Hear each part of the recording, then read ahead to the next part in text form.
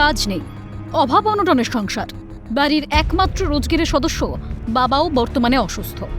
বাধ্য হয়ে পরিবারে অন্য সংস্থানের জন্য ভিন রাজ্যে কাজ করতে গিয়েছিল বাসন্তীর সজনেতলা গ্রামের মোর সেলিম সর্দার।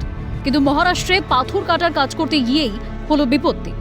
4 দিন নিখোঁজ থাকার পর জঙ্গল থেকে উদ্ধার হলো শ্রমিকের ঝুলন্ত দেহ। খুন নাকি আত্মহত্যা? শ্রমিকের মৃত্যু ঘিরে ঘুরপাক খাচ্ছে একাধিক প্রশ্ন। বছর কুড়ির মোর সেলিমের আকস্মিক মৃত্যুতে কান্নায় ভেঙে পড়েছে পরিবার। ডিসেম্বরে 29 তারিখে কাজে গেছে পাড়া প্রতিবেশী লোকের সঙ্গে যাওয়ার কারণে সেখানে গিয়ে দেখছে কাজ করছে। কাজ করার পরে আজকে 4-5 দিন হচ্ছে সেখানে নিখোঁজ। তবে যুবকের মৃত্যুকে কিছুতেই আত্মহত্যা বলে মেনে নিতে পারছে না বাসন্তীর স্থানীয় তৃণমূল নেতৃত্ব। উস্কে দিলেন ভিন রাজ্যে বাংলা বলায় রাজ্যের শ্রমিকদের সাম্প্রতিক হেনস্থার তত্ত্ব। মহারাষ্ট্রে মোর সেলিমও হেনস্থার শিকার হয়েছিল বলে আশঙ্কা তৃণমূল নেতা শ্রীরাম মণ্ডলের।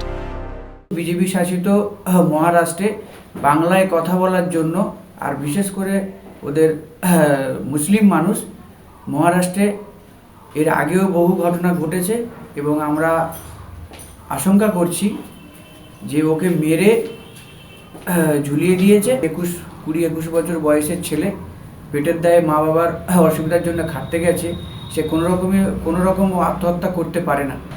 বিজেপি শাসিত যে রাজ্যগুলো আছে, যারা বাংলা থেকে পরাজয় শ্রমিক যারা কাজ করতে যাচ্ছে তাদেরকে এইভাবে গণপিটুনি, কখনো হচ্ছে গিয়ে মেরে ল্যাম্পপোস্টের গায়ে, কখনো জঙ্গলের মধ্যে গাছের গায়ে বেঁধে এইভাবে হত্যা করছে।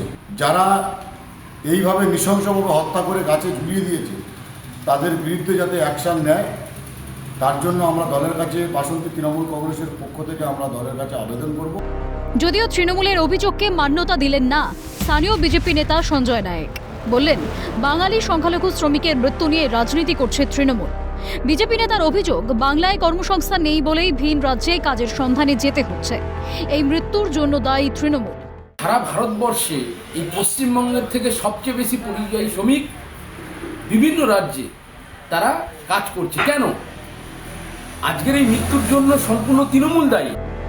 ডিসেম্বর মাসের 19 তারিখে প্রতিবেশীদের সঙ্গে ভিন রাজ্যে কাজ করতে যাওয়া, এরপরেই রহস্য মৃত্যু। সত্যি কি আত্মহত্যা করেছে মোর সেলিম, নাকি আর 5টা বাঙালি শ্রমিকের ভিন রাজ্যে হয়রানির মতোই মোর সেলিমও আক্রান্ত, যার নির্মম পরিণতি এই মৃত্যু? যুবকের মৃত্যুর কারণ অনুসন্ধানে ইতিমধ্যেই তদন্ত শুরু মহারাষ্ট্র পুলিশের।